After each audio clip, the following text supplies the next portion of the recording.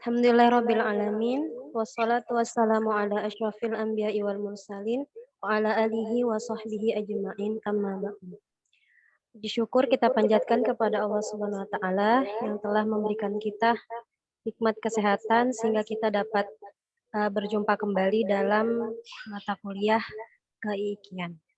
Baik, di sini saya kelompok 11 akan mempresentasikan makalah saya yang berjudul Ulama Indonesia pertama yang memperbolehkan KB.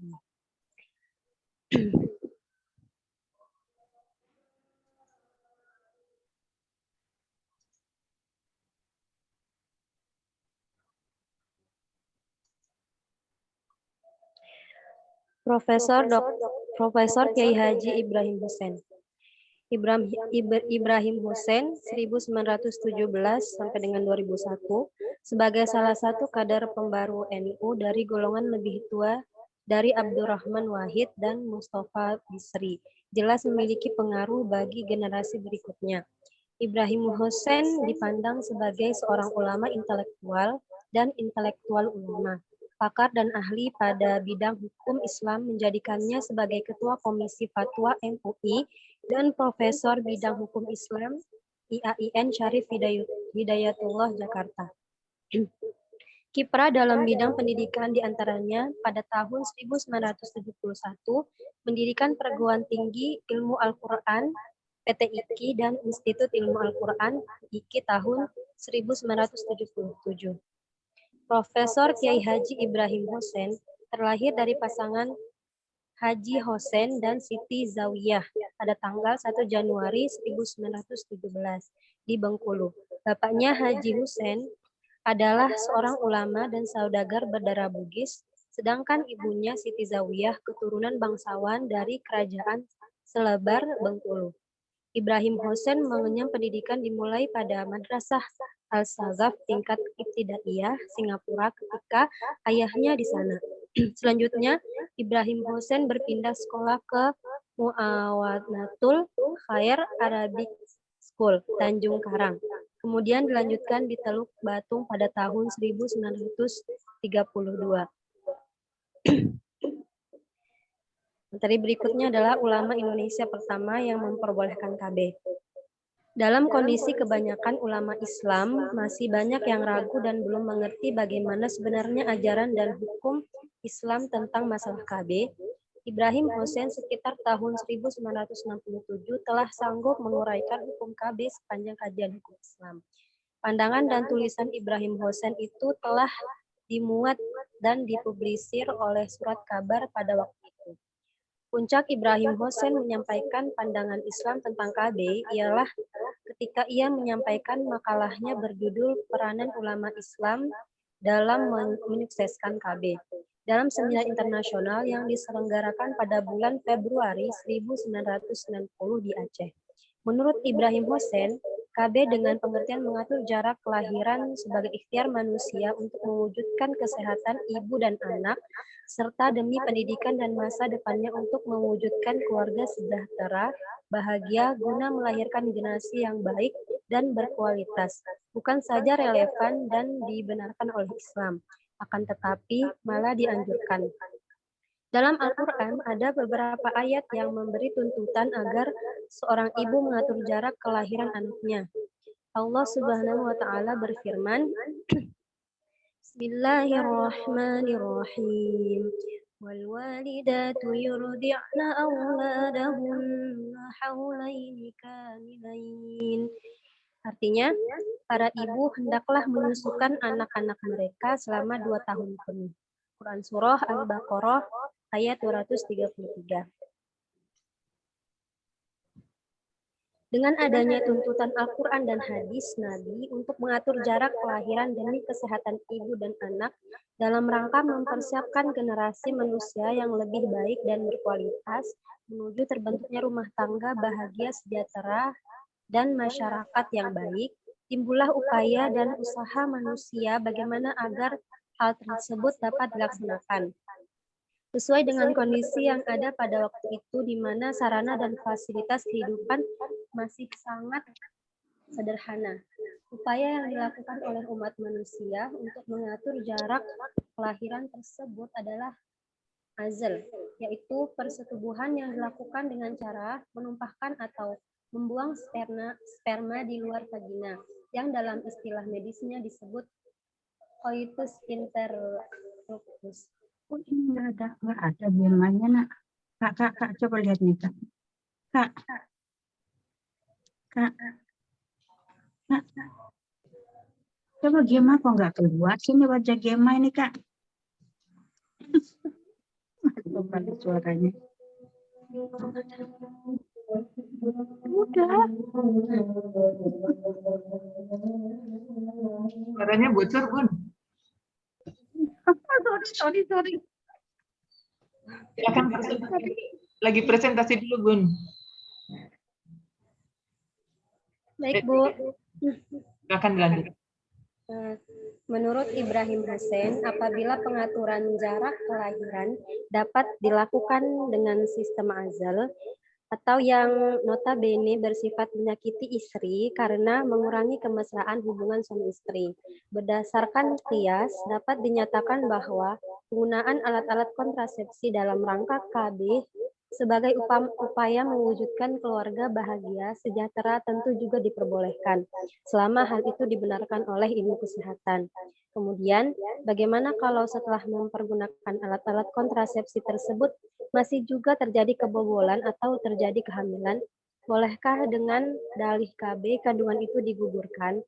Ibrahim Hussein menegaskan bahwa dalam kondisi kandungan itu belum bernyawa, terjadi perbedaan pendapat di kalangan fuqaha sebagai berikut. Yang pertama, hukumnya mubah atas dasar pandangan bahwa kandungan itu belum bernyawa.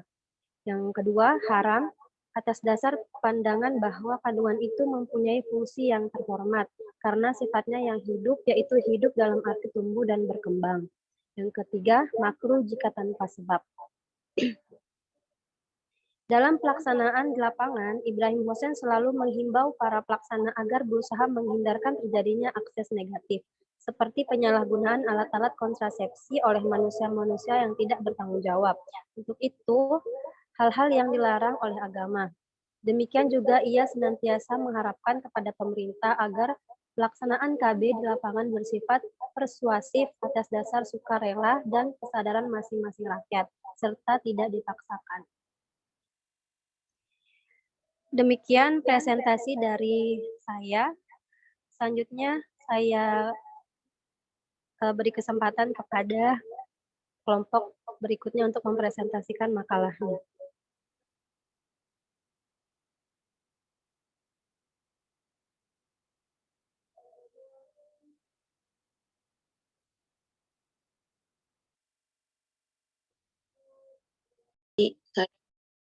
Yang berjudul Pembaruan Pemikiran Profesor Kiai Haji Ibrahim Hussein di bidang hukum Islam, yang membahas tentang meluruskan hukum pemakaian IUD atau spiral. IUD singkatan dari Intrauterine Device, berbentuk seperti T dan sedikit berukuran sekitar 3 cm. IUD akan dipasang dalam rahim dan mencegah kehamilan dengan menghentikan sperma untuk mencapai dan membuahi sel telur. Alat kontrasepsi ini dapat mencegah kehamilan hingga jangka waktu 10 tahun. Atas permintaan Menteri Agama Profesor Dr. Haji Ahmad Mukti Ali MA, beberapa ulama besar pilihan sebanyak 7 orang untuk memutuskan penggunaan IUD dalam rangka keluarga berencana atau KB. Dan para ulama tersebut memutuskan bahwa hukumnya haram, dikarenakan dalam pemasangan IUD atau spiral membutuhkan pertolongan orang lain atau dokter, dan dalam proses pemasangannya mesti melihat aurat mughalazoh atau kemaluan. Padahal melihat aurat hukumnya haram, akan tetapi dalam keadaan darurat terpaksa pemakaian IUD atau spiral diperbolehkan. Sedangkan menurut Bapak Ibrahim Hussein, melihat aurat statusnya haram adalah haram lisat azariah, atau sebagai tindak preventif bukan karena esensinya. Oleh karena itu, dengan motif ada hajat menjadikannya hukum melihat aurat itu diperbolehkannya. Menurut beliau, larangan agama atau haram itu tidak boleh digeneralisir, tapi harus dibedakan mana yang haram lizatihi atau karena esensinya dan mana yang liwirihi atau lisat azariah bukan karena esensinya sebagai tindak preventif.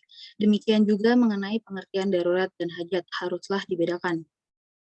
Untuk lebih memperkuat pandangannya itu, Bapak Ibrahim Hussein menukil beberapa penjelasan dari Kitab Kuning antara lain dalam Kitab Al-Mughni karya Ibnu Qudamah, Juz 6 halaman 558 pada pasal yang berjudul Orang lain yang dibenarkan melihat aurat, disebutkan diperbolehkan dokter melihat aurat atau kemaluan dan lainnya sesuai dengan hajat atau keperluan berdasarkan suatu riwayat bahwa Nabi ketika bertahkim pada saat tentang Bani Quraizah atau Yahudi, saat membuka yang ditutup kain mereka atau kemaluan untuk melihat tanda-tanda dewasa. Karena pria yang telah dewasa hukumnya dibunuh dan yang belum dewasa dijadikan tawanan.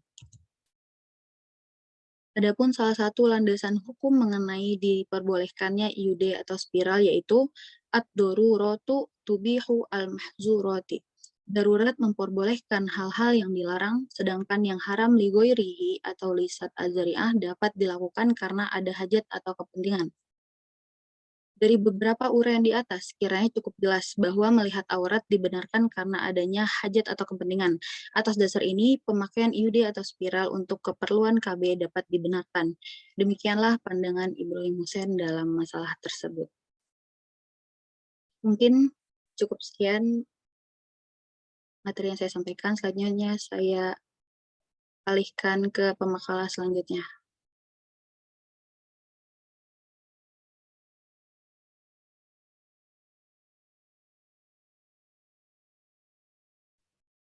Baik, terima kasih untuk Zara. Selanjutnya saya akan menjelaskan materi tentang memperluas cakrawala zakat.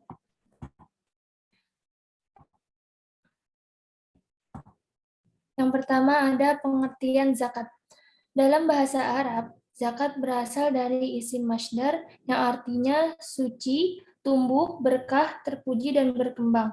Maksudnya itu, zakat adalah sesuatu yang bisa dikembangkan, berpotensial dan bermanfaat bagi umat manusia, baik berupa hewan, tumbuhan, tanaman, tambang, maupun usaha, dan lain-lain. Sedangkan secara istilah, zakat itu adalah sejumlah harta tertentu yang diserahkan kepada orang-orang yang berhak dan hukumnya wajib. Adapun menurut syariat, zakat adalah mengeluarkan harta tertentu, baik itu binatang ternak, emas, perak, dan lain-lain dengan cara sesuai syariat yang diberikan kepada orang-orang tertentu. Zakat juga merupakan salah satu rukun Islam yang ketiga yang termasuk fondasi bagi umat Islam yang wajib hukumnya untuk melaksanakannya apabila sudah memenuhi syarat-syarat yang telah ditentukan syariat. Syarat-syarat tersebut adalah ada nisab, haul, dan harta dan kadarnya. Nisab itu adalah jumlah minimum harta kekayaan yang wajib dikeluarkan zakatnya. Sedangkan haul itu adalah jangka waktunya yang ditentukan bila seseorang wajib mengeluarkan zakat. Sedangkan harta dan kadarnya itu maksudnya ukuran besarnya zakat yang harus dikeluarkan. Selanjutnya ada dasar hukum zakat. Dasar hukum zakat ini sebagaimana yang terdapat dalam Quran surah Al-Baqarah ayat 110 yang berbunyi Bismillahirrahmanirrahim Waqimus salata wa atuz zakah wa ma tuqaddimu li anfusikum min khairin tajiduhu indallah innallaha bima ta'maluna basir. Adapun di dalam surah At-Taubah ayat 103 yang berbunyi A'udzubillahi minasyaitonir rajim Khudh min amwalihim sadaqatan tutahhiruhum wa tuzakkihim biha wa shalli 'alaihim inna salataka sakanun lahum wallahu samii'un 'alim. Dalam ayat tersebut dijelaskan bahwa zakat hukumnya itu wajib. Kemudian selanjutnya ada tujuan dan manfaat zakat. Tujuan dan manfaat zakat itu sebagai berikut. Yang pertama, suatu wujud bentuk taat kita kepada Allah. Dengan zakat, kita dapat membantu, menolong para fakir miskin mengarah ke kehidupan yang layak. Dengan zakat, kita juga dapat membantu membangkitkan ekonomi. Kemudian bagian yang wajib dikeluarkan dari hak harta orang yang diperoleh dengan baik agar disucikan. Kemudian dengan zakat kita bisa menguatkan iman seorang muslim. Dan dengan zakat kita juga bisa mensejahterakan ekonomi umat Islam. Selanjutnya bagian memperluas cakrawala zakat. Menyadari betapa pentingnya fungsi dan peranan zakat dalam menopang dana perjuangan umat, Ibrahim Hussein melakukan langkah-langkah agar dana zakat dapat dihimpun sebanyak-banyaknya, yang salah satu caranya itu dengan memperluas cakrawala zakat, yaitu dengan mengembangkan jenis-jenis harta yang wajib dizakati. Sebagaimana yang kita ketahui, mayoritas umat Islam di Indonesia itu adalah pengikut mazhab Syafi'i. Pandangan mazhab Syafi'i dalam hal zakat belum begitu luas. Oleh karena itu, sesuai dengan mazhab Syafi'i, banyak jenis harta yang semestinya lebih potensial tetapi tidak terkena zakat. Kemudian menurut Ibrahim Hussein, untuk mengembangkan jenis-jenis harta yang wajib dikenakan zakat dapat dilakukan dengan dua pendekatan, yaitu yang pertama berpegang pada zohir nas sebagaimana dipegangi oleh Daud Az-Zohiri, dan yang kedua itu melalui kias dengan mengembangkan ilat wajib zakat pada jenis-jenis harta yang wajib dizakati sebagaimana pandangan Abu Hanifah. Kemudian Kiai Haji Ibrahim Hussein mengelompokkan jenis harta yang wajib dizakati sebagai berikut. Yang pertama ada semua jenis logam, permata, dan barang berharga yang hukumnya bersumber pada nas mengenai emas dan perak. Jadi menurut Ibrahim Hussein, ilat wajib zakat pada emas dan perak adalah karena emas dan perak itu berharga dan dapat dikembangkan. Ilat ini memenuhi kriteria ilat zohiroh, mundobito, munasibah, dan muta'adiyah. Oleh karena itu, setiap barang yang berharga dan dapat dikembangkan, hukumnya dapat dikiaskan kepada emas dan perak, yakni yang terkena zakat. Jadi, semua jenis logam yang berharga dan dapat dikembangkan seperti intan, berlian, zamrud, permata, mata uang, kertas berharga, dan lain-lain, semua ini dapat dikenakan zakat. Kemudian yang kedua ada segala jenis tumbuh-tumbuhan yang bermanfaat yang hukumnya itu bersumber pada Al-Quran mengenai gandum, jelai, kurma, dan anggur. Menurut Ibrahim Hussein, ilatnya itu karena semua itu berpotensial dan bermanfaat. Jadi menurut Ibrahim Hussein, berdasarkan kias, setiap tanaman atau tumbuh-tumbuhan yang potensial dan bermanfaat dapat dikenakan zakat, seperti kopi, teh, lada, kelapa, pala, pisang, singkong, sayuran, anggrek, rotan, bambu, kayu, dan lain-lain. Hal ini seperti yang dijelaskan dalam Quran Surah Al-Baqarah ayat 267 sebagaimana pandangan Daud Az-Zohri pada lafadz wa mimma akhrajna lakum minal ardh. Artinya, dan dari apa-apa atau tanaman atau tumbuhan yang kami keluarkan untukmu dari tanah. Jadi, kewajiban zakat pada tanaman dan tumbuh-tumbuhan tidak terbatas hanya pada mengenyangkan atau makanan pokok saja, sebagaimana mazhab Syafi'i, tetapi tanaman atau tumbuhan yang berpotensial atau bermanfaat bagi umat manusia, itu terkena zakat. Kemudian yang ketiga, segala jenis binatang yang halal, baik di darat maupun di laut, yang hukumnya bersumber pada Al-Quran mengenai unta, sapi, dan kambing. Nas yang berkenaan dengan wajibnya zakat pada binatang ternak, menurut Ibrahim Hussein adalah ma'kul al-makna. Berdasarkan qiyas, hal itu dapat dikembangkan pada semua jenis binatang yang halal, baik itu di darat maupun di laut. Oleh karena itu, kewajiban zakat dapat dikenakan pada peternakan ayam, burung puyuh, kelinci, belut, ikan, bandeng, dan lain-lain. Apabila semua itu berjalan secara alami tanpa memerlukan pemodalan yang besar dan biaya perawatan, penerapan zakatnya dilihat dari sisi keberadaannya sebagai binatang serta perhitungan nisab dan berapa yang harus dikeluarkan diperhitungkan dengan apa yang berlaku pada zakat unta, sapi, dan kambing. Kemudian yang terakhir ada segala bentuk hasil usaha yang membawa keuntungan, yang hukumnya itu bersumber pada Al-Quran mengenai harta perniagaan. Ilat wajib zakat pada harta perniagaan atau dagangan menurut Ibrahim Hussein adalah kasab atau usaha. Pada hal ini, setiap harta yang ada usaha pengembangannya dapat dikenakan zakat dengan syarat-syarat tertentu. Beberapa barang atau benda yang dilihat dari bendanya semata-mata tidak terkena zakat. Tetapi benda atau barang itu dapat dikenakan zakat apabila di sana terdapat usaha pengembangannya, seperti pedagang cangkir, pedagang gelas, pedagang piring, dan lain-lain. Baik, cukup sekian yang bisa saya sampaikan. Selanjutnya saya alihkan kepada pemateri selanjutnya, yaitu Kak Anissa Nurfadilah. Ibu ada yang nanya nih untuk memantek teman-teman. Jadi begini, kan di sini tentang KB ya, tentang KB apa namanya spiral ya, meluruskan hukum pemakaian spiralnya gitu ya. Nah sekarang kan banyak ya beraneka ragam penggunaan jenis-jenis spiral itu. Kemudian asal dilakukan dengan penggunaan yang tepat sesuai dengan apa namanya sifat tubuh kita itu kan memiliki sifat berbeda karakternya gitu. Mungkin tubuhnya ibu dengan tubuhnya Zahra Anjani mungkin berbeda gitu.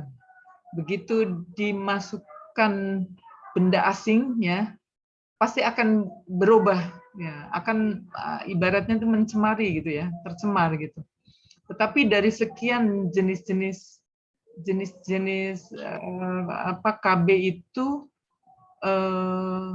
setelah ya ini menurut apa ya informasi dari dokter spesialis itu bilangnya yang paling minim di antara sekian jenis KB adalah justru spiral. Padahal kalau spiral kan ketika digunakan dipasang kan pasti membuka aurat ya. Ya, akan dibuka aurat. Tetapi kalau yang lain kan tidak ya, misalnya suntik ya atau implan ya atau apalagi yang lain itu tidak. Tetapi yang paling minim di antara jenis-jenis yang lain itu adalah spiral. Karena spiral itu hanya mengikat saja kan, dia masukkan alat terus diikat gitu loh. Tapi kalau yang lain kan misalnya minum pil KB kan berarti seluruh aliran darah terserap kan. Terserap. Kemudian disuntik juga sama akan terserap. Terus implant juga sama kan memasukkan benda ke aliran darah gitu ya. Nah itu yang akhirnya berakibat berpengaruh bagi yang tidak tepat atau tidak cocok gitu dengan menggunakan jenis-jenis KB tersebut. Ada yang badannya jadi gembrot gitu ya, semakin melar gitu minum pil KB itu. Ada yang apa namanya tidak stabil menstruasinya, kadang udah mau habis keluar lagi habis gitu. Jadi akhirnya tidak jelas ini darah haid atau darah penyakit gitu. Itu tidak jelas gitu. Nah nanti ini akan berdampak bagaimana kita sholatnya gitu, puasanya gitu. Nah, itu banyak itu yang bertanya tentang hal itu. Nah, sekarang bagaimana hukumnya menurut kalian nih? Terutama makalah. Kalau misalnya kita menggunakan jenis KB yang ternyata akhirnya di tubuh kita tidak cocok sehingga berakibat tadi menstruasinya tidak stabil gitu. Bahkan ada yang tidak mens gitu berbulan-bulan. Ada yang tadi itu keluar terus sehingga sulit apakah saya ini sedang haid atau ini darah istihadah. Nah, bagaimana menurut komentar Zahra Anjaini setelah membuat makalah ini. Menghadapi kasus seperti itu terjadi itu di masyarakat. Jadi nanti kalian akan berhadapan gitu, berhadapan dengan masyarakat yang kemungkinan punya problem seperti itu, kemudian bertanya kepada kalian karena kalian dari IIKI gitu. Ya. Oke, silakan bisa ditanggapi. Ibu, sebelumnya mohon maaf kalau misalnya saya butuh waktu untuk Oke, menjawab itu. oke, Ibu paham. Ya, karena ini teman-temannya belum ada yang nanya, jadi Ibu memantek aja. Ayo, silakan yang lain. Mungkin Mereka belum melakukan karena mungkin belum menikah. Iya, belum iya. pernah menemukan kasus seperti itu. Ini Ibu hanya memantek kalian aja supaya timbul bertanya gitu. Ya Bun ya, Iya. mengisi kekosongan. Ayo silakan. Bunda ngasih komen Bun. Bunda Utari. Baik, saya mengkomen ya. Bismillahirrahmanirrahim. Assalamualaikum warahmatullahi wabarakatuh. Alhamdulillah wastaghfirullah wala haula wala quwwata illa billahil aliyil azim. Rabbis shrah li sadri wa yassir li amri wahlul 'uqdatam min lisani yafqahu qawli waj'al li waziran min ahli rabbi zidni ilma warzuqni fahma rabbi a'udzubika min hamazati syayatin wa a'udzubika rabbi an yahdurun. Salatu wassalamu ala Rasulillah Muhammadin sallallahu alaihi wasallam wa ala alihi washabbihi ajmain, amma ba'd. Yang saya hormati dan cintai Bu Nur Izzah dan anak-anakku sekalian, semoga selalu dalam rahmat Allah Subhanahu wa taala. Terkait dengan KB tadi sudah dipresentasikan. Ulama Indonesia pertama yang memperbolehkan KB itu adalah Almarhumullah Pak Kiai Ibrahim Hussein, pendiri IIKI, rektor kita yang pertama, dan beliau ini sangat mendalami segala ilmu. Di Komisi Fatwa di Majelis Ulama itu mungkin kalau tidak meninggal itu akan selama-lamanya menjadi ketua Komisi Fatwa di Majelis Ulama Indonesia. Samping ilmunya yang mendalam, juga berdasarkan Al-Quran dan hadis, dan mudah sekali menerima masukan-masukan dari orang lain. Jadi menurut saya pribadi itu Bapak Almarhumullah Kiai Haji Ibrahim Hussein ini pantas sekali, wajar beliau kalau kita jadikan ulama dan menjadi acuan kita dalam menentukan hukum apapun di Indonesia ini. Ya. Terkait dengan KB, ya. KB itu bukan melarang banyak anak, tapi mengatur jarak anak itu, ya, mengatur jarak kapan kita melahirkan.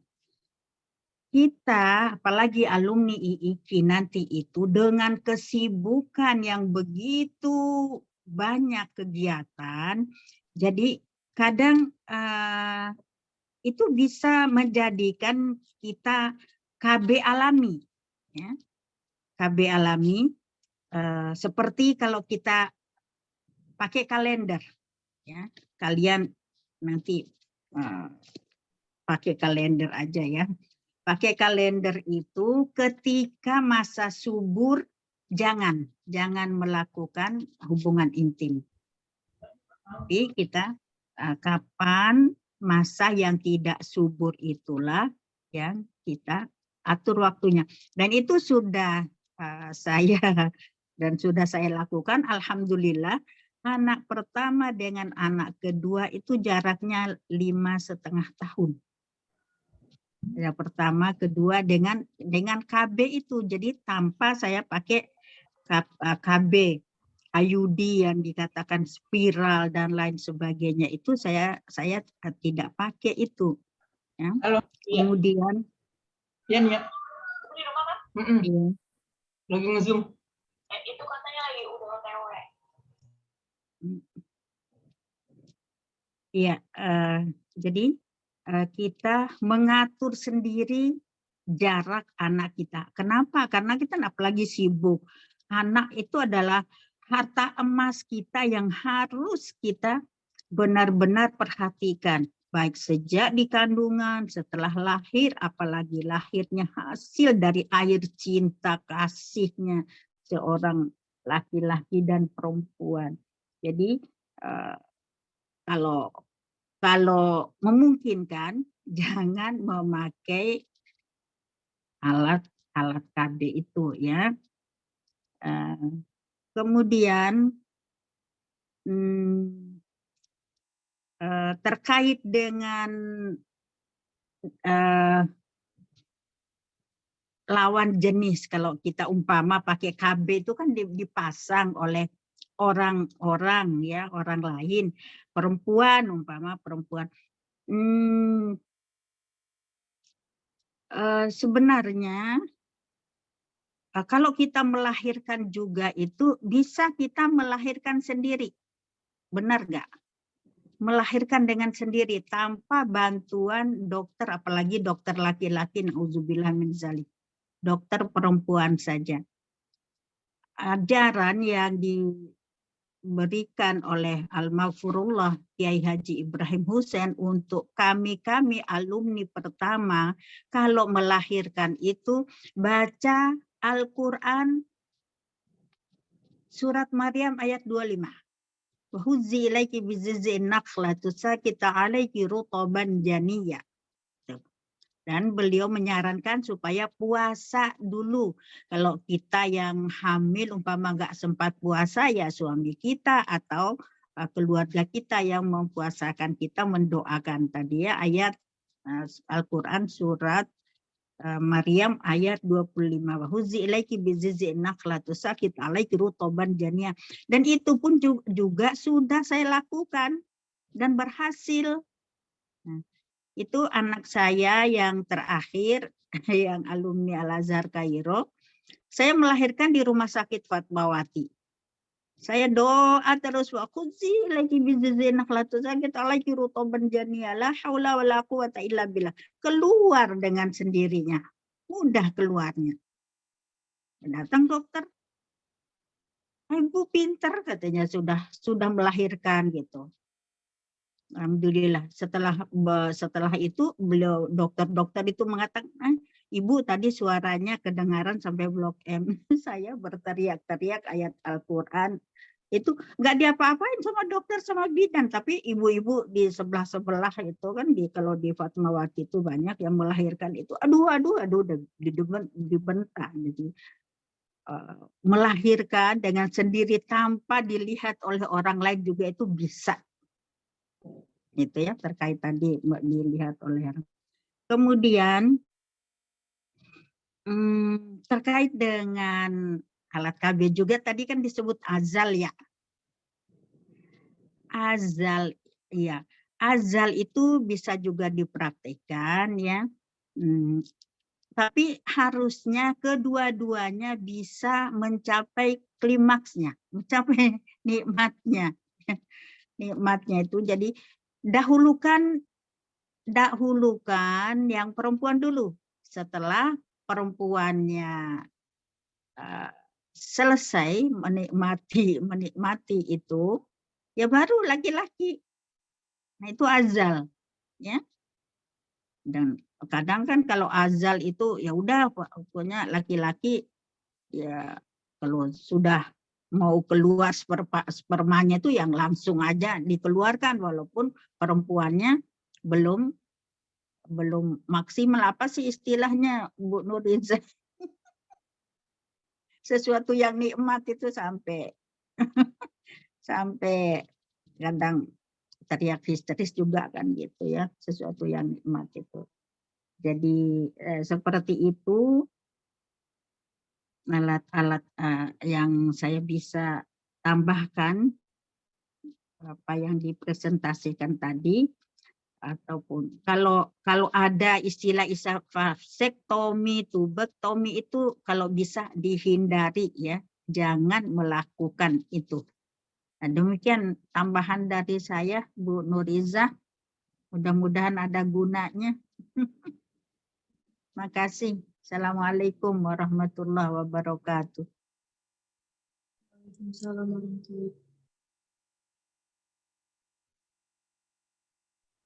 Baik, Bunda Utari, terima kasih sudah memberikan masukan, pencerahan, pandangan kepada anak-anakku sekalian ya. Sangat luar biasa sekali Bunda ini.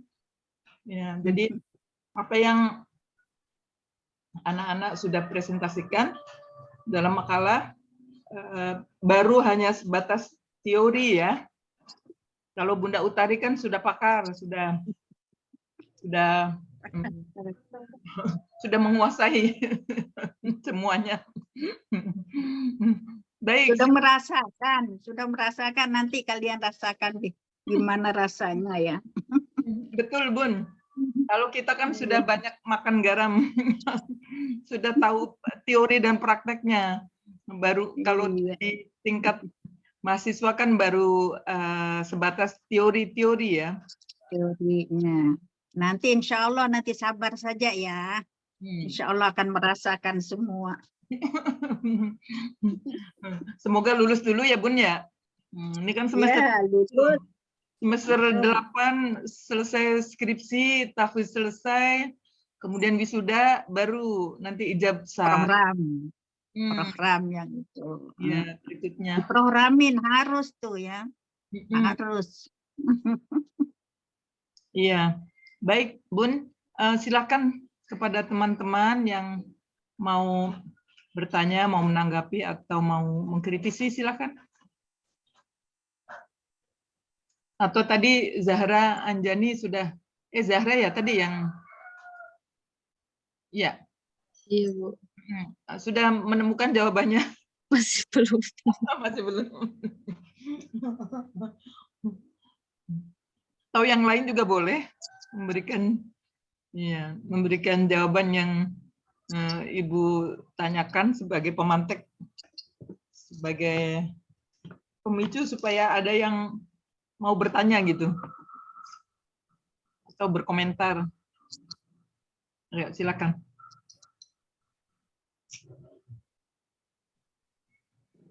Sambil menunggu ya,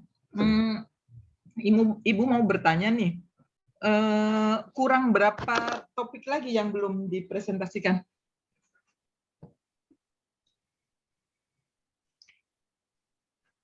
Terus pertemuan kita sudah berapa kali? Jadi nanti kita memadukan ya. Kan kita pertemuannya 16 itu termasuk UAS dan UTS. Jadi 14 kali semuanya. Ini sudah berapa kali? Minggu ini yang ke-10, Bu. Dan sekarang kayaknya masih ada 9 atau 10 materi yang belum. Itu lebih itu, Bu. 13 lagi, Bu. Berapa 12, lagi? 12 lagi, Bu. 12 lagi. Sekarang sudah 10 presentasi, berarti masih ada 4 lagi. 12 dibagi 4 berapa? 3, Bu. Oke, 3 ya. Jadi 1 kali pertemuan 3. Ya. Hari ini baru 2, satunya terpental. Nah, kalau misalnya seperti ini, berarti minggu depan jangan 3, jadi 4 gitu. 4 topik, jadinya kan bisa habis. Nanti disampaikan ke temennya yang tadi yang terpental supaya pas nge-zoom dipastikan kuotanya ya, atau sinyalnya gitu, posisinya harus ada gitu, jadi supaya titik aman. Bu, mohon maaf, itu udah masuk, Anissa Nurfadilahnya udah masuk. Mana? Boleh langsung presentasi kalau gitu, masih ada waktu. Iya, Assalamualaikum Ibu. Kedengaran suara saya ada nggak? Bagus suara. Ya, jelas. Alhamdulillah. Ya Ibu, mohon maaf ya Bu, ini izin off cam ya Bu ya, sini lagi hujan Bu, hujan deras. Ya, oke. Di mana posisinya? Di rumah. Ya, di mana Iya, maksudnya? daerah. Oh, Daerah. di Bandar Lampung Ibu.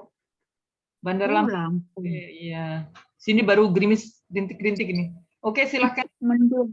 Ya Ibu, saya izin share ya Bu ya. Bentar. Iya.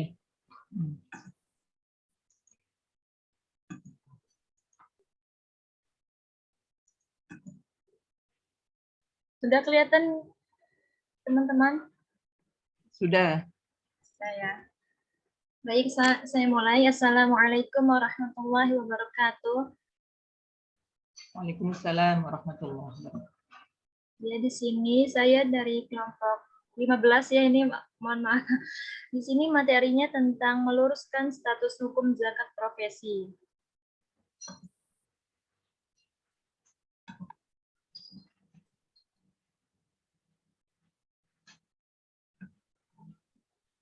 Yang pertama, pengertian zakat.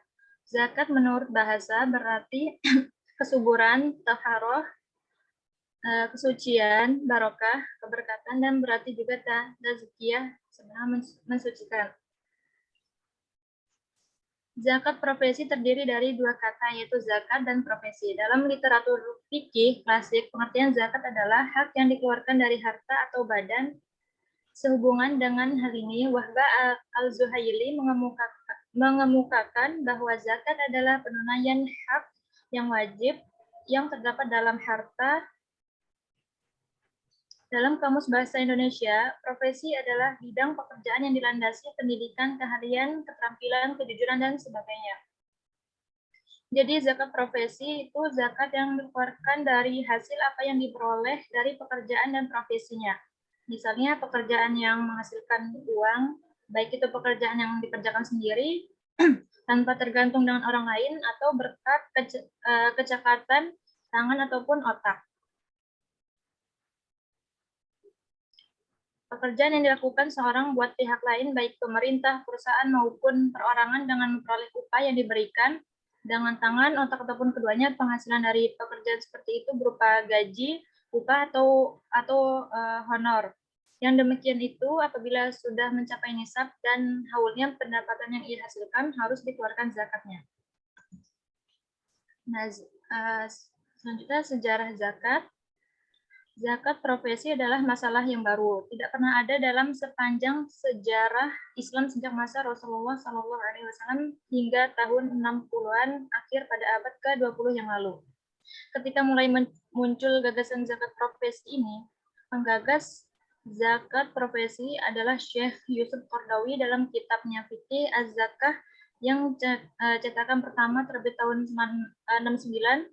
Namun nampaknya Yusuf Qaradawi dalam hal ini mendapat pengaruh dari dua ulama lainnya, yaitu Syekh Abdul Wahab Khalaf dan Syekh Abu Zahra. Kajian praktik zakat profesi mulai berkembang di Indonesia kira-kira sejak tahun 90-an akhir dan awal tahun 2000-an. Khususnya setelah kitab Yusuf Qaradawi tersebut diterjemahkan ke dalam bahasa Indonesia oleh Didin Hafiduddin dengan judul Fikih Zakat yang terbit tahun 99. Sejak itu, zakat profesi banyak diterapkan oleh lembaga pengelola zakat seperti BAZ, Badan Amil Zakat, Basda atau Basnas, ataupun LAZ, lembaga amil zakat yang milik swasta seperti PKPU, Dompet Duafa, dan sebagainya. Dasar hukum zakat. Yang pertama dari Al-Quran, ini surah At-Taubah ayat 103. Yang artinya, ambillah zakat dari sebagian harta mereka, dengan zakat itu kamu membersihkan dan mensucikan mereka, dan doalah untuk mereka. Sesungguhnya doa kamu itu menjadi ketentraman jiwa bagi mereka, dan Allah Maha mendengar lagi Maha mengetahui.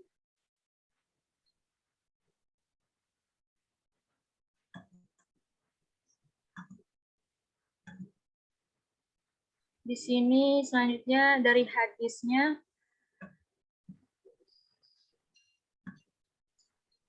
dari Ibnu Abbas, ia berkata, telah diwajibkan oleh Rasulullah SAW zakat fitrah sebagai pembersih bagi orang puasa dan memberi makan bagi orang miskin Barang siapa yang menunaikannya sebelum salat hari raya maka zakat itu diterima, dan barang siapa membayarnya sesudah salat hari raya maka zakat itu sebagai sedekah biasa. Hadis riwayat Abu Daud dan Ibnu Majah. Hukum zakat profesi. Yusuf Qardawi menafsirkan keumuman dari makna hadis tersebut, bahwasanya zakat wajib atas penghasilan sesuai dengan tuntunan Islam yang menanamkan nilai-nilai kebaikan, kemauan berkorban, belas kasihan, dan suka memberi dalam jiwa seorang muslim. Untuk itu, Nabi mewajibkan pada setiap muslim mengorbankan sebagian harta penghasilannya atau apa saja yang ia korbankan.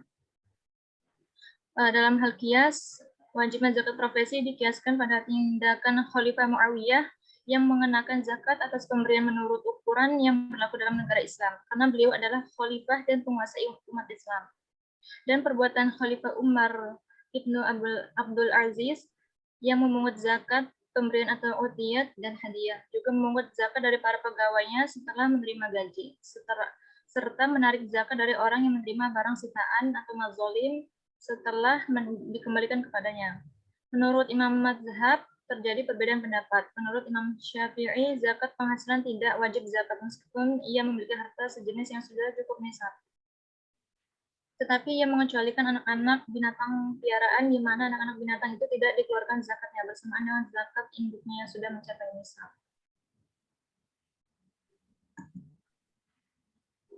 Di sini menurut Imam Malik, harta penghasilan tidak dikeluarkan zakatnya kecuali sampai penuh waktu setahun, baik harta tersebut sejenis dengan harta yang ia miliki atau tidak, kecuali jenis binatang piaraan.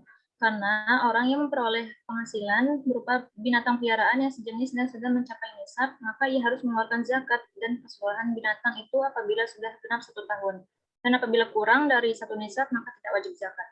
Imam Abu Hanifah berpendapat bahwa harta penghasilan itu dikeluarkan zakatnya bila mencapai masa 1 tahun penuh pada pemiliknya, kecuali jika pemiliknya mempunyai harta sejenis yang harus dikeluarkan zakatnya.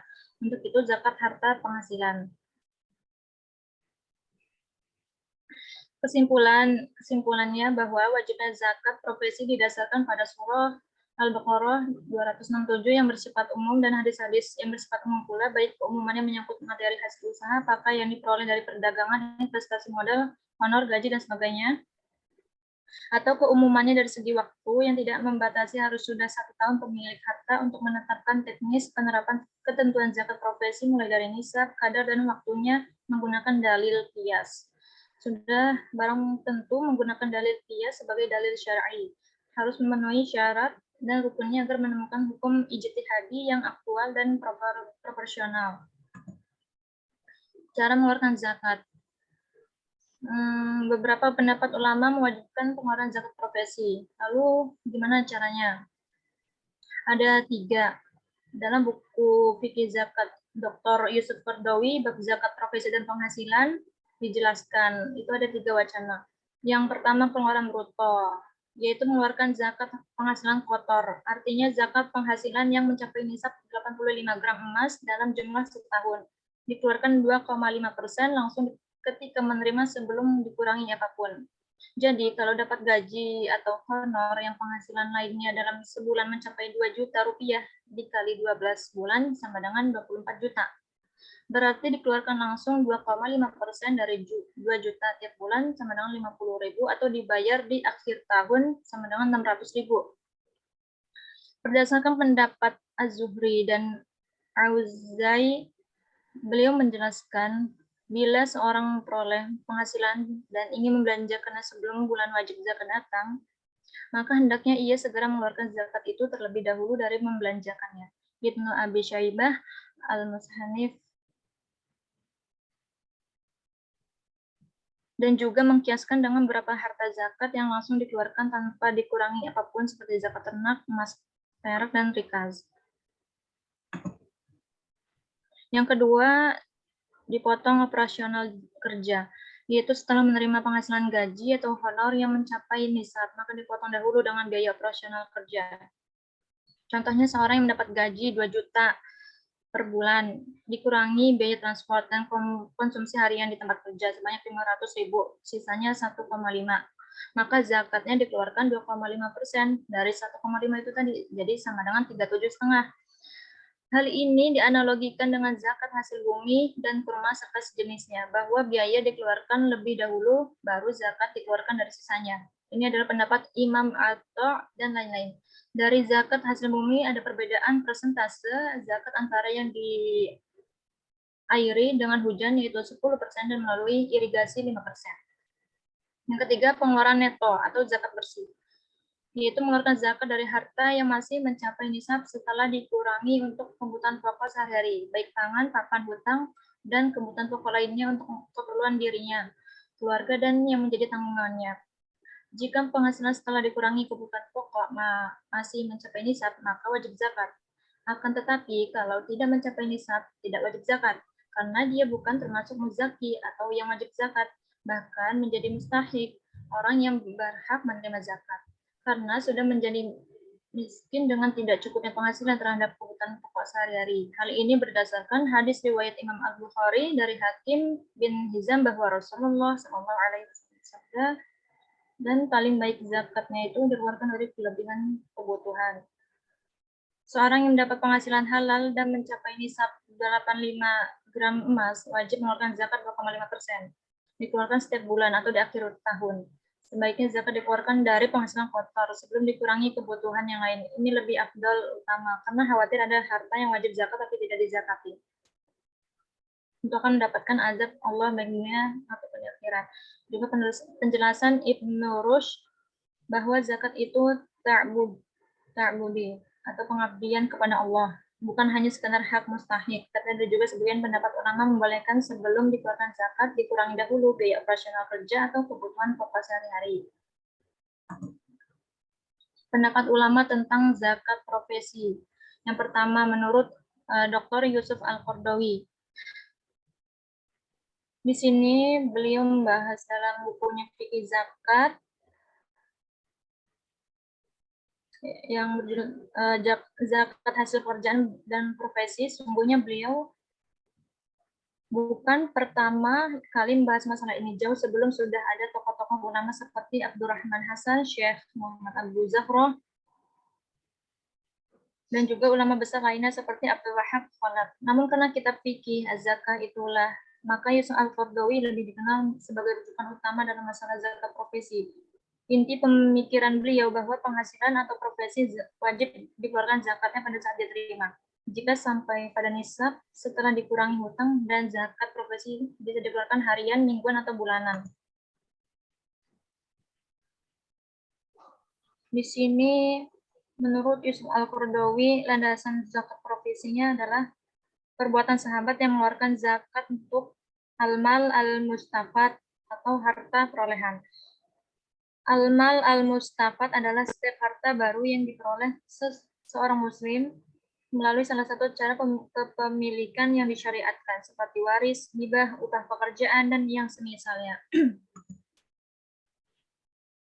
Yang kedua, menurut MUI. MUI memandang bahwa setiap pendapatan wajib dikeluarkan zakatnya, seperti gaji, honor, upah, jasa, dan lainnya diperoleh dengan cara halal.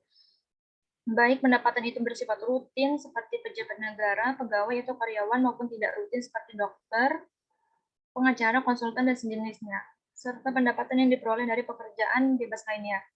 Bila syarat terpenuhi, yaitu telah mencapai nisab dalam 1 tahun, yakni senilai 85 gram emas, maka zakat wajib dikeluarkan. Kadar zakat penghasilan menurut MUI adalah 2,5%. Yang ketiga, menurut Ibrahim Hussein.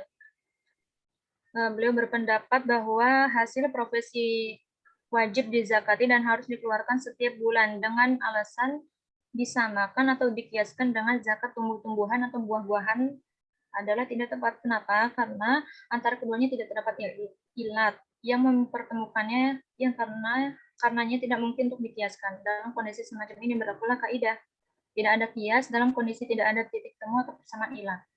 Demikian juga tidak tepat kalau dikatakan secara mutlak bahwa hasil profesi wajib dikeluarkan zakatnya tiap tahun dengan alasan dikiaskan dengan urut at-tijarah atau harta niaga. Sebab sekalipun dalam hal ini ada titik temu, yaitu sama-sama ada unsur kasab atau usaha, harus diakui bahwa hasil profesi itu kadang-kadang hanya cukup atau bahkan kurang untuk memenuhi kebutuhan hidup sehari-hari. Jadi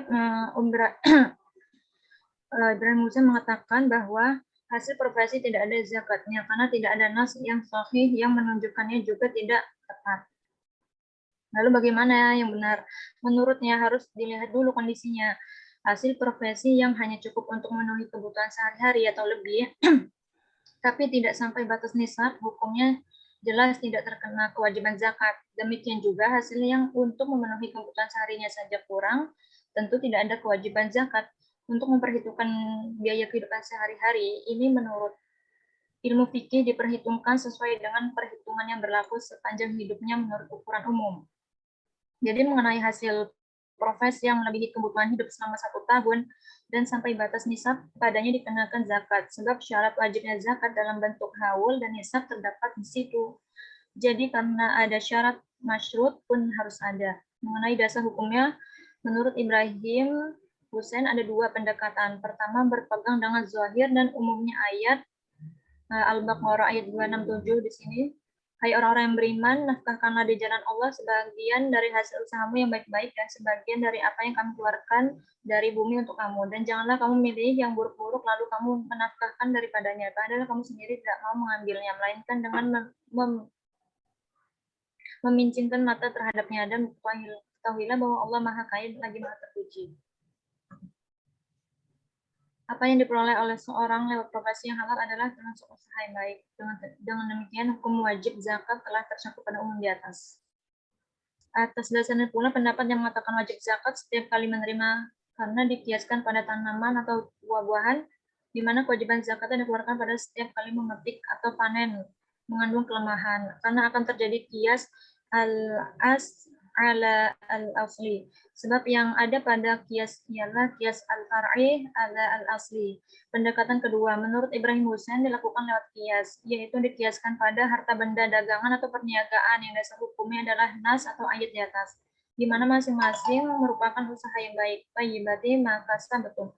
Jadi di sini ada ilat yang mempertemukan. Dengan demikian hukumnya dapat disamakan. Kemudian syarat wajib zakat pada harta benda dagangan atau perniagaan antara lain adalah haul atau ada 1 tahun dan nisab. Untuk itu, ketentuan ini pun harus diterapkan pada zakat profesi. Atas dasar ini, kewajibannya setiap setahun sekali setelah sampai batas nisab.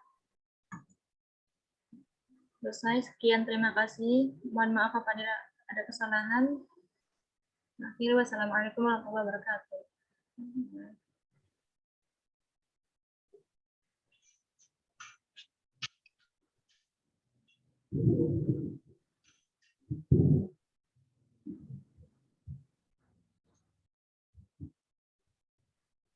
Kait dengan zakat profesi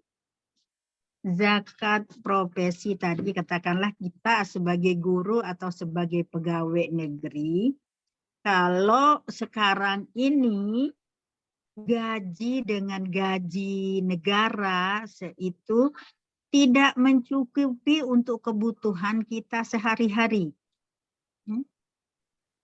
Kalau kita apalagi PNS ya, apalagi kita hanya honor ya, itu sangat tidak mencukupi. Dan itu kita tidak wajib mengeluarkan zakat profesi seperti itu. Tapi kembali lagi ke diri kita, kalaupun tidak dikenakan zakat profesi itu, ya, tapi mungkin hati kita itu ingin mengeluarkan zakatnya, zakat profesi. Itu enggak masalah ya. Kita tahu kan bahwa zakat itu sebagai pembersih harta kita. Walaupun itu tidak dikenakan, kita tidak harus membayar zakat profesi itu. Bunda Utari, ya. Ini ada tamu saya, jadi saya mohon izin dulu ya. Nanti langsung Iya. Makasih Bu Nur Izzah. Ya. Jadi seperti itu, walaupun kita itu diberikan kewajiban tidak membayar zakat profesi, tapi kembali lagi ke hati kita, saya ingin mengeluarkan, saya ingin membersihkan harta saya ingin membersihkan gaji saya ini supaya lebih berkah lagi, itu nggak masalah. Walaupun tadi sudah dikatakan tidak wajib kita mengeluarkan zakat profesi seperti itu ya. Kalau ada pertanyaan dari yang lain, kita sebenarnya berakhirnya jam berapa? 4.20 Ibu. Oh, 4.20. Iya, silakan. Ada pertanyaan ya, yuk. Kalian coba. Siapkan Ibu izin, pertanyaan-pertanyaan. Ya. berarti kan kalau misalnya seperti itu, apakah dia tetap jatuhnya zakat atau jadi sedekah Ibu? Karena kan tadi belum masuk apa namanya, nisabnya kan belum sampai Bu. Iya. Nah itu apakah tetap dikatakan kita berzakat atau hanya sedekah aja gitu? Misalnya ya kayak kita misalnya belum berpenghasilan, masih dari orang tua misalnya. Tapi dari uang itu tuh ya istilahnya mau kita tetap keluarin untuk orang-orang sekitar juga, untuk orang-orang yang perlu gitu. Apakah? Iya.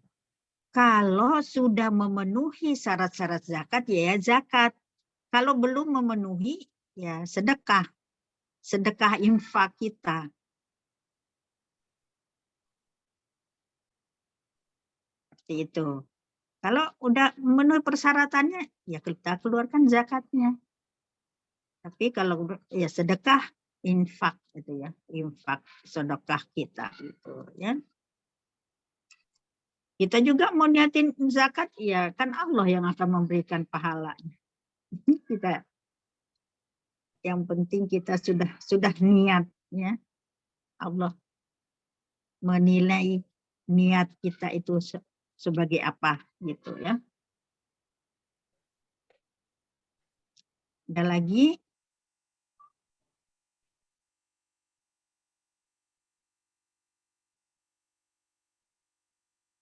Tadi zakat apa saja tadi ya?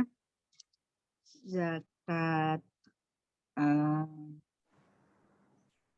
kalau seperti zakat sawah yang diairi dengan diairi itu kan memang sudah tertera di dalam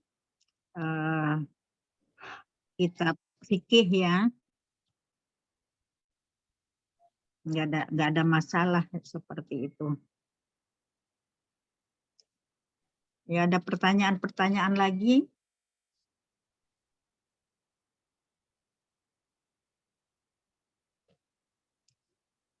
Tadi dikatakan kalau kita membayar zakat ya, waktu membayar zakat itu kapan? Waktunya kita membayar zakat, katakanlah zakat fitrah. Zakat fitrah kapan? Waktu kita membayar zakat fitrah.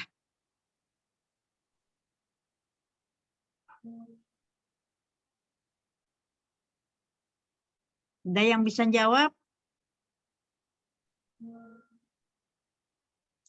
Kapan kita harus membayar zakat fitrah yang kita harus keluarkan? Itu di waktu bulan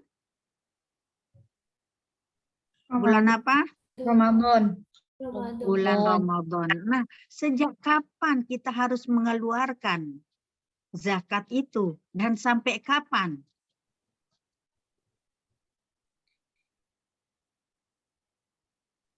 Sejak tenggelamnya matahari di akhir bulan Ramadan sampai sebelum sholat Id.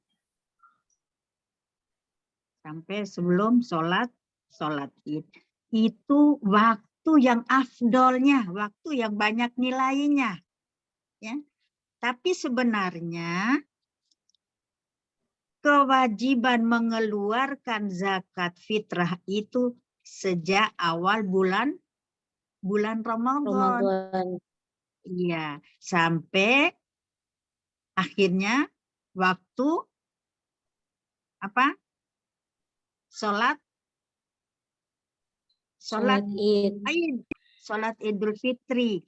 Nah, waktu yang makbulnya itu yaitu sejak, siapa yang jawab tadi? Sejak, ayo tadi akhir yang tenggelamnya iya. matahari.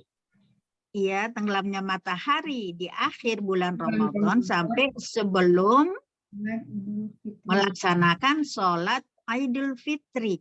Nah, kalau dikeluarkan setelah sholat Idul Fitri tadi, apa hukumnya? Kita lupa mengeluarkan zakat. Jadi awal bulan Ramadan sampai udah sholat Idul Fitri, tapi kita ya Allah lupa nggak mengeluarkan zakat gitu. Apa boleh mengeluarkannya zakat setelah Idul Fitri? Katakanlah pulang sholat Idul Fitri, boleh nggak? Tidak boleh, dan hukumnya jadi sedekah biasa, ya, seperti itu. Nah, kemudian ada bayi yang lahir tepat, ya, sebelum sholat Idul Fitri, itu wajib nggak dikeluarkan zakatnya? Wajib. Wajib, ya, wajib dikeluarkan zakatnya. Ya, lahir sebelum sholat Idul Fitri, maka zakatnya wajib. Nah, kasus apa lagi? Ayo pancing dengan pertanyaan. Kira-kira.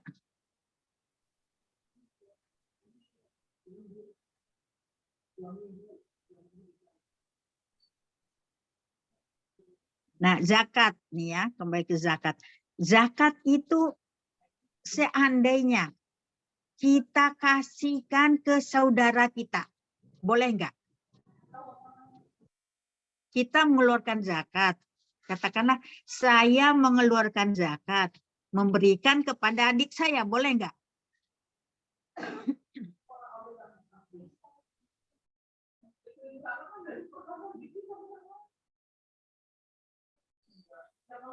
Boleh. Boleh. Adik saya itu kaya, boleh nggak memberikan zakat kepada saudara yang kaya? Kalau misalnya tidak boleh. Tidak. Yang kaya tidak boleh. Tapi kalau misalnya saudaranya miskin itu boleh. Iya. Saudara kita yang nggak miskin juga tapi banyak utangnya, bisa nggak? Utangnya banyak, nggak terbayarkan dia karena ada masalah apa gitu terkait dengan tanah atau apa sehingga utangnya banyak. Saudara kita, gimana, boleh nggak? Boleh. Boleh. Ya. Boleh. Dan kita itu mengeluarkan zakat atau sedekah itu kepada kita lihat orang yang terdekat dengan kita dulu, apakah dia membutuhkan. Masya Allah, ada tamu, terus kalian.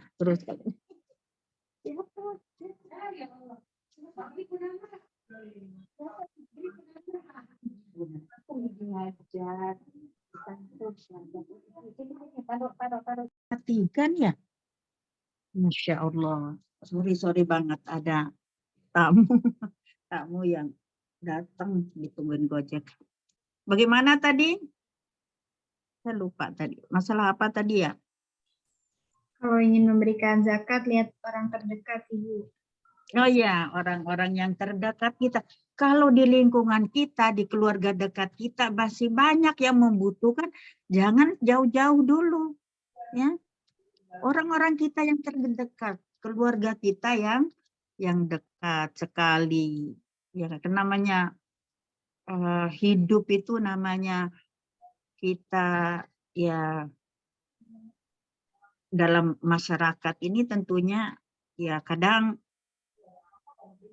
rezeki kita itu surut, kadang ada. Nah, itu kita pandai-pandailah melihat, aduh keluargaku mana ini yang membutuhkan bantuanku gitu ya. Nah, seperti itu. Ada lagi pertanyaan? Tapi saya Ibu izin bertanya. Iya. Kalau misalnya tadi kita harus lihat keluarga terdekat yang misal kurang mampu, tapi kalau sekiranya misal dari kakak atau adiknya mampu gitu untuk membayarkan orang tersebut, apakah lebih baik zakat dia dibayarkan atau dikeluarkan, atau lebih baik dia diberi zakat gitu Ibu? Nah, kalau beri zakat itu kan kita menyerahkan ke itu. Kalau muzaki itu apa arti muzaki? Kita memberikan zakat kepada yang berhak menerima zakat. Ya kita harus langsung kepada yang bersangkutan. Ini mohon diterima, ini zakat saya. Udah cukup begitu. Langsung, iya saya terima zakatnya. Walaupun itu juga kan ada di dalam itunya ya. Nah, ya kalimat-kalimat orang memberikan zakat dan kalimat orang yang menerima zakat itu ada. Tapi ijab kabul itu ya seperti jualan juga, seperti ijab kabulnya orang nikah juga, itu kan saya menyerahkan gitu ya. Kemudian yang menerima saya terima. Seperti itu. Harus menyerahkannya zakat itu kepada yang akan menerima zakat. Seperti itu ya. Tapi kalau kita mampu buat bayarin, Pahamkah? ya Ibu? Lebih baik lagi Boleh. kita bayarin utang-utangnya. Boleh banget. Boleh Tapi banget kita membantu, apalagi saudara kita. Berarti tapi jadinya nggak double ya Bu, nggak Kenapa? kita bayarin dia, tapi dia dapat zakat kita juga gitu nggak? Oh iya, zakat itu kan nggak seberapa ya, nggak seberapa kan 2,5% ya. Apalagi zakat fitrah kan nggak seberapa juga. Nah, zakat juga kita kemudian kita lunasin utang-utangnya, Masya Allah luar biasa itu pahalanya. Membantu orang yang berutang. Utsman bin Affan, sahabat Rasulullah yang terkaya, Utsman bin Affan, nah kemudian Abdurrahman bin Auf itu ya. Utsman itu hartanya itu sepertiga untuk kebutuhan, sepertiga untuk orang-orang yang memerlukan, dan sepertiga lagi untuk membayarkan orang-orang yang berhutang. Nah, seperti itu. Luar biasa. Kalau kita ditakdirkan jadi orang kaya, mudah-mudahan ya semuanya jadi orang yang mampu gitu ya, yang banyak harta. Ya kalau ada apalagi keluarga yang punya utang, segera kita bayarkan. Ya. Seperti Utsman bin Affan itu sampai sekarang sahamnya itu masih ada. Hotel di Madinah, Hotel Hilton atau apa itu ya, saya lupa gitu. Itu masih punyanya Utsman bin Affan. Coba bayangkan. Tuh. Ada juga orang Aceh kalau nggak salah ya, menzakatkan hartanya, menginfakkan hartanya itu dengan mendirikan apa di Mekah. Kemudian setiap tahun itu, setiap jamaah haji itu mendapatkan jatahnya dari umpama mungkin dia mendirikan hotel di sana itu, nah bayaran hotelnya itu dikasih lagi ke masyarakat, dikasih jamaah haji itu dapat tuh yang dari Aceh itu. Ya. Nah sebegitunya baik hati orang-orang kaya gitu ya. Kita kalau ditakdirkan orang kaya, ya walaupun tidak kaya tapi mudah membantu orang lain. Membantu orang lain itu sangat tinggi nilainya di sisi Allah. Kita puasa, kita paling rajin. Baca Al-Quran kita paling rajin. Sholat kita paling banyak. Rakaatnya paling rajin. Tapi kita tidak memperhatikan kebutuhan sesama kita. Nah, itu nilai yang sholatnya rajin, yang puasanya rajin, baca Qur'annya itu lebih tinggi nilainya itu orang yang memberikan bantuan, zakatnya, infaknya kepada sesamanya itu lebih tinggi nilainya. Mudah-mudahan kita menjadi orang-orang yang mampu, kita bisa membantu sesama kita, kita bisa bermanfaat bagi orang lain. Seperti Amin. itu.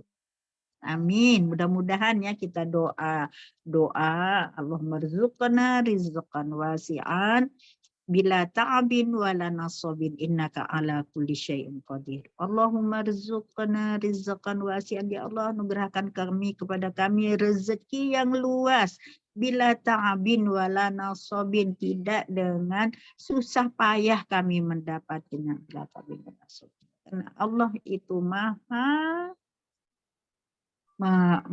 kuasa atas segala sesuatu. Kemudian Allahumma rzuqna rizqan halalan thayyiban mubarakan. Ya Allah, anugerahkan kepada kami rezeki yang halal, baik dan berkah. Allahu latifum bi'ibadi.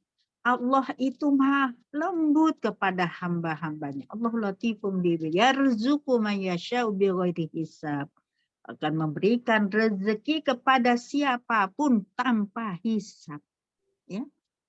Karena itu selalulah berdoa kepada Allah, mohon diberikan rezeki untuk berbagi kepada yang lain. Ya. Sudah 16.20. Kita 16 berapa? 4 berapa kita selesainya? Sampai 4.20. 16.20 Ibu. 4.20 ya, mohon maaf dari saya, dan selama ini saya kurang. Kalau hari Senin saya insya Allah selalu rajin ya offline di kampus gitu mengajar yang Kominfo itu ya, penyiaran Islam dan AYT ya, itu saya alhamdulillah rajin. Tapi yang hari Kamis ini saya terdesak banget waktunya. Tadi nge-zoom dulu. Nah ini jam 4 ini.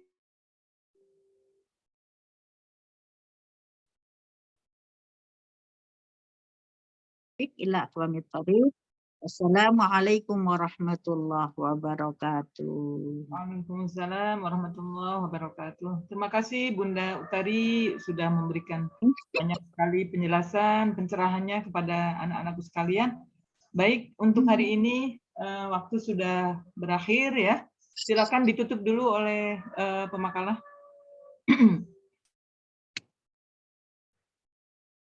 Mewakili silakan, siapa yang mau menutup dulu presentasi tadi?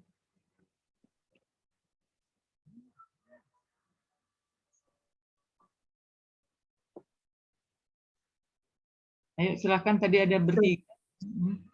3 orang. Tutup aja dengan kafaratul majelis. Jadi Bunda Utari sudah memberikan doa panjang lebar untuk kita semua. Ya. Alhamdulillah. Kita belum foto ya. Silakan on cam dulu, kemudian difoto sebagai bukti kita ada perkuliahan hari ini. Kemudian di absen siapa yang tidak hadir nanti di share aja yang tidak hadir. Siapa yang mau memfoto? Ayo silakan on cam semuanya.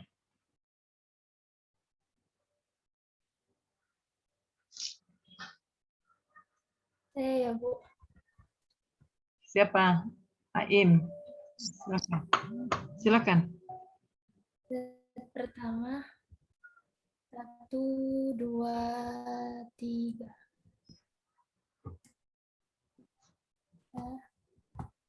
Slide kedua. Sebentar. Slide kedua, 1, 2, 3.